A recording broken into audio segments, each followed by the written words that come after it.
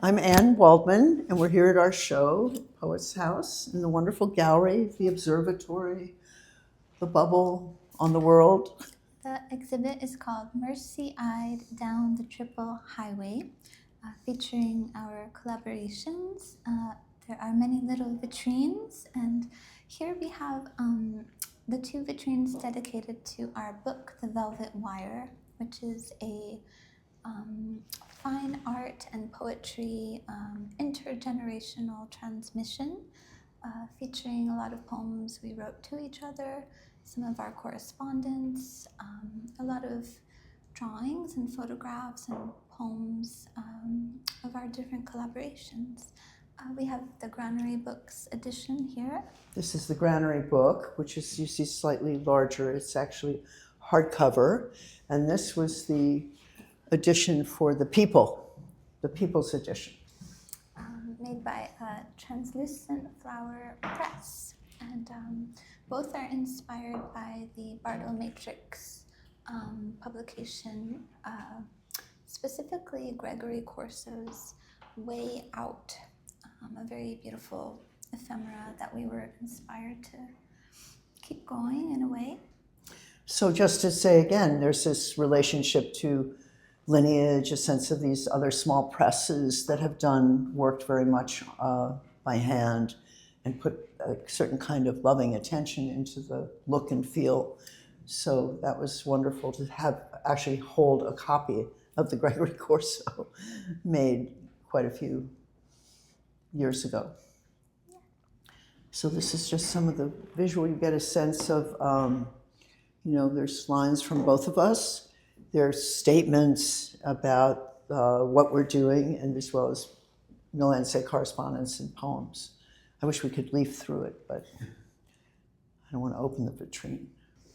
Here I am at a typewriter. This is actually Thurston's typewriter. Thurston Moore's typewriter. And which I still have. Have some correspondence here, some drawings I did, some poetry about the poet Hafiz. I'm going to read some of it. Hi, Anne. If the fog is thick near the water tomorrow, we can wade in it. I will bring the red scarf and a few props. I did some sleuthing at dawn this morning to see what would be like at the main entrance of the tower. That was in what city? That was when we were working on our film, Crepuscular, yeah. Where we were filming at different...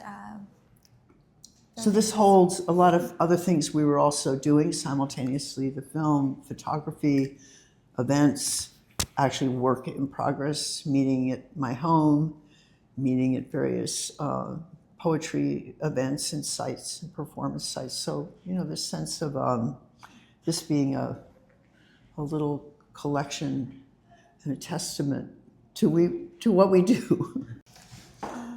So this is mine here. This is the book Bard Kinetic. No Land did the cover for. I had this idea of a Muybridge,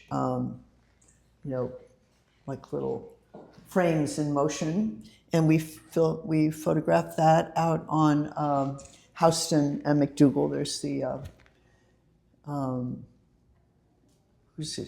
it's either named for a saint or a priest, but it's property that was owned, I think, by the Catholic Church, St. Anthony's, and it's basically a ballpark. But we had a free wall, and I had this kind of teaching stick that comes from Africa, I think was used in classrooms with children. I was using it as a kind of walking stick. And so the design is by No Land. I'm very fond of that, and they were very excited. The Coffee House, the publisher. This case is mostly featuring Anne's text work that I did make some visuals for, but it really centers her poetry. This is her poem Questions for Citizens. This is her poem Sins to Swallow Rockets. Some of our poems from The Velvet Wire. A poem she wrote, I think, inspired by our work, Teleport My Words. Yeah. and also a piece she made by hand for the exhibit called Mercy Eye Down the Triple Highway, where she illustrates the triad of heaven, poet, earth. And this is in the scroll tradition, which No Land is bringing back to the world. And I love this poem. It's not in the final book, Questions for Citizens.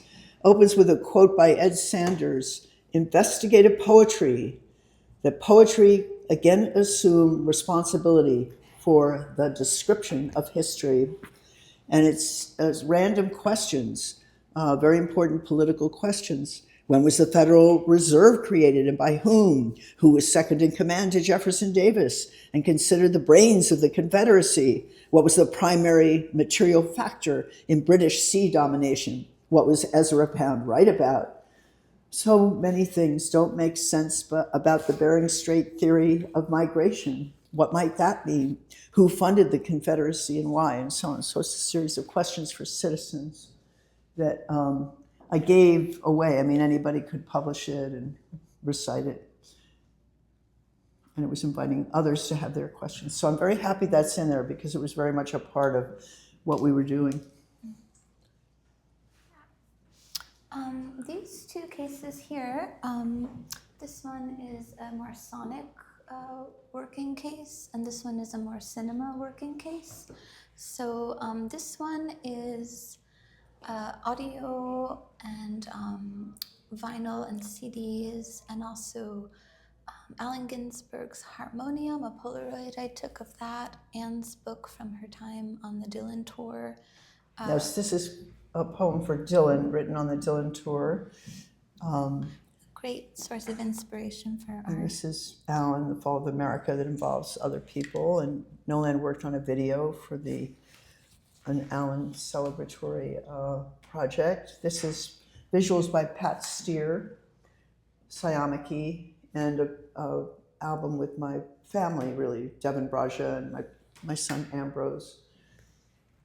So in a way, we've both sort of drawn from many different audio and sonic performances that have different histories, and there's a lot of threads through there. And then the cinema work is kind of relics of film notes before we went out to shoot, film stills from actual, finished films themselves.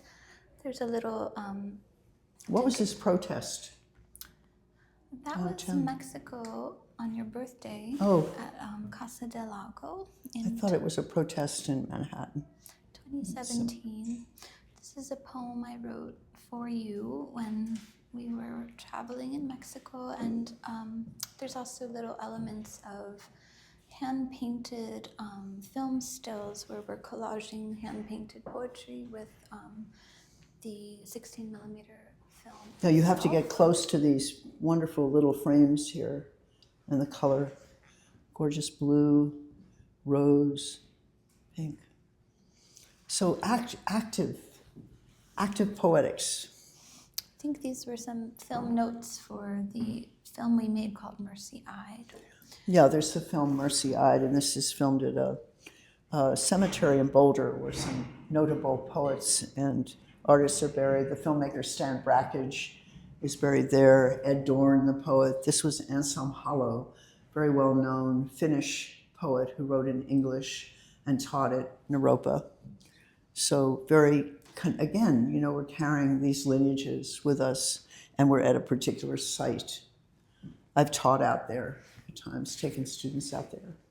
You can kind of get a sense in all the different cases that whenever I'm making an image, that Anne is sort of the muse, and she's often the figure. Here she's seated on the grave, and there's an image of night stars that are kind of painted across her form. So she's often the muse of the image making. And these two cases really center photography as a main medium, but there are lines of poetry throughout. This one more focused on travel, and this one more focused on activism. So here we have some travels to the Red Feather Lakes. Stupa, the Vajradhatu Stupa in Colorado, Red Feather Lakes, with a kind of contemporary Buddha figure. And also a trip in Mexico to the great cathedral there. Cathedral, Maria Sabina's grave. And Huatla. And also some other Colorado images sort of on the highway. And then lines of poetry that we used for a collaboration we did at Roulette this past spring called Double Twilight. Anne's poem here, Melpomene, I did some hand painting. This was a project we did for a press in Mexico City called Disonare, where Anne's poem Questions for Citizens is juxtaposed with my protest photographs. And I wrote a little response to No Land's work. There's an intensity and power to the photographs of people in protest. There's activated my own queries and investigations. We need to understand the syndicates of samsara and explore the details of historic events and personages and their suffering. So a commitment to that. We've done a lot of collaborations where it's sort of Anne's poem and then my photographs beside them. I love the gray paper here. Do you want to read any of this poem, maybe?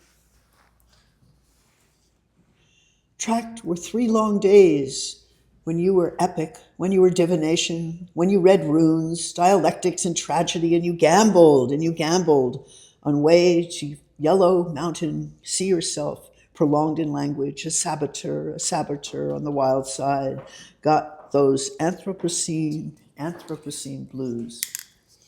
I've got those Anthropocene blues. And then these final cases are sort of more about my process, and we do have here the handmade cover for the Velvet Wire.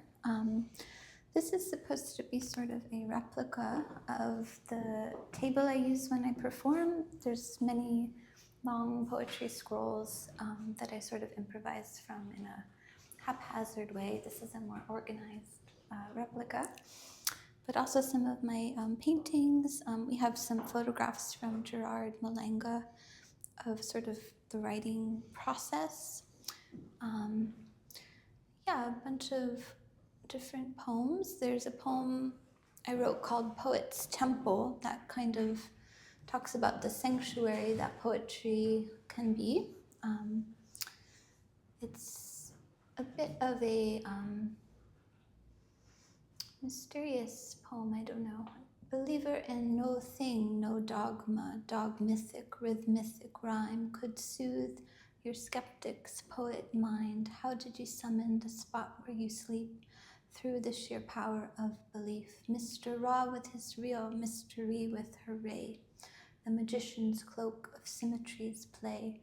Fast can you turn towards a vanishing act where swaths of ice shoot shadows back. It's a poem sort of meditating on the power of belief and how you can work with your mind. And the hourglass.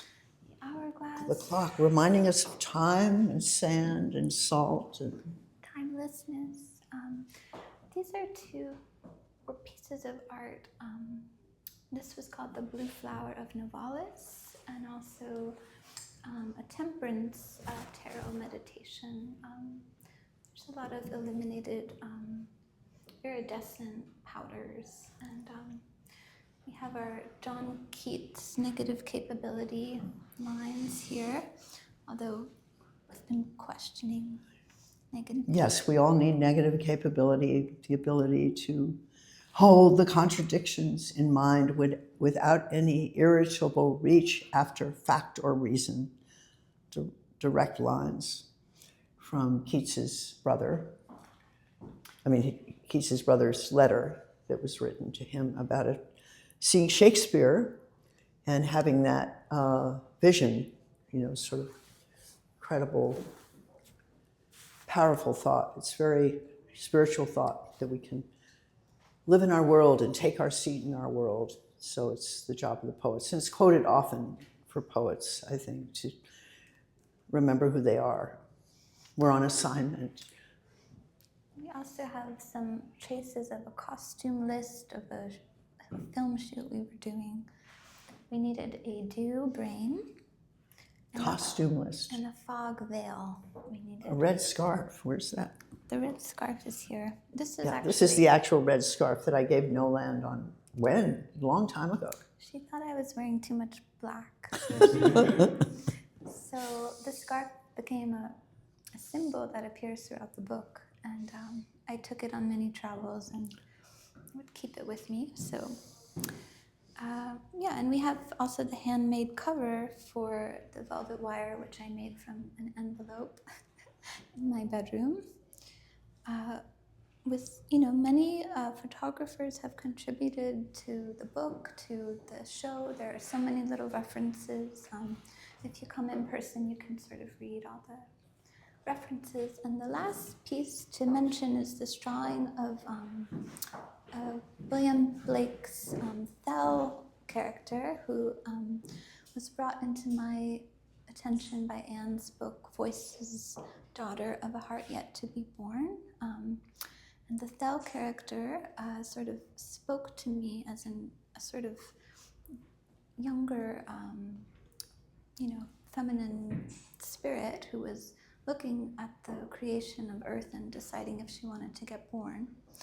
This was a sort of symbol for our relationship because Anne was sort of giving me all of these assignments when I was a much younger poet and artist, and in that way she would kind of drag me into the realm of experience, whereas I was sort of staying in my hermetic bedroom.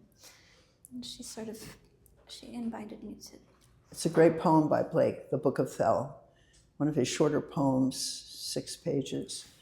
And she's brought to the mouth of the womb, as No Land said, and has a conversation with a worm, a lily, a cloud, and a clod of clay. And the clod of clay is showing her death plot. So she's peeking out of the womb and looks at her death plot. It looks so heavy and depressing. She's, I'm going back to dance with my seraphim sisters in the Vale of Harmony. And so she doesn't want to be born. But I wrote a whole book around this theme and wanting to drag Thel into experience. So Blake has this wonderful, the poems and songs of innocence and the poems and songs of experience. So Thel gets dragged in, and because No Land has identified with Thel. We have her here in the book. We have this line about dragging Thel to earth. She comes out of the flower in the book. Yes, a flower. Thel has a flower. She comes back willingly. She's curious. We should also mention that when we met on the street in a protest, which was how we met, by auspicious coincidence, one of the gestures was I handed Anne a flower as we didn't know it at the time, but it was sort of an offering, a promise to the path of poetry. And I was looking for the poets out at the protest. Where are they? Looking behind me. We were supposed to be going in on Fifth Avenue to drag people out from their jobs. They were supposed to quit their jobs and join us in this great protest on May Day. And they were, are you kidding? I'm not leaving my job. But then No Land was there. Many symbols and little references and threads that weave the cases all together through stories and years and books and collaboration. And thank you so much. So I just hope this can continue, can travel to more places here in this country and maybe abroad. And this documentary you're doing of, a video of the show and of us talking about it is very important, I think, means a lot to me. And just that I always conjure poesis, which means making. So something about making and all the different levels you can go to as you make stuff along the way. I had no idea this would be here, 4 years ago, 3 years ago, 2 years ago. We want to send it off into outer space so that creatures of the consciousness of the future can open and say, oh, they were having some good ideas. It was very loving and strange. Well, I always love Anne's line to remind humans of the future that some of us were not just killing Each other. And I think, anyone who may be feeling, what is the purpose of art or poetry now when things are feeling so dire? You are sort of affirming your belief that our time here should not be violent. It should not be about dominating one another, but that we have actually incredible beauty and much more peaceful ways to spend our very limited time on this planet, and to just keep hoping to inspire that kind of consciousness more than the division, the fear, the trying to remain hopeful no matter the struggles.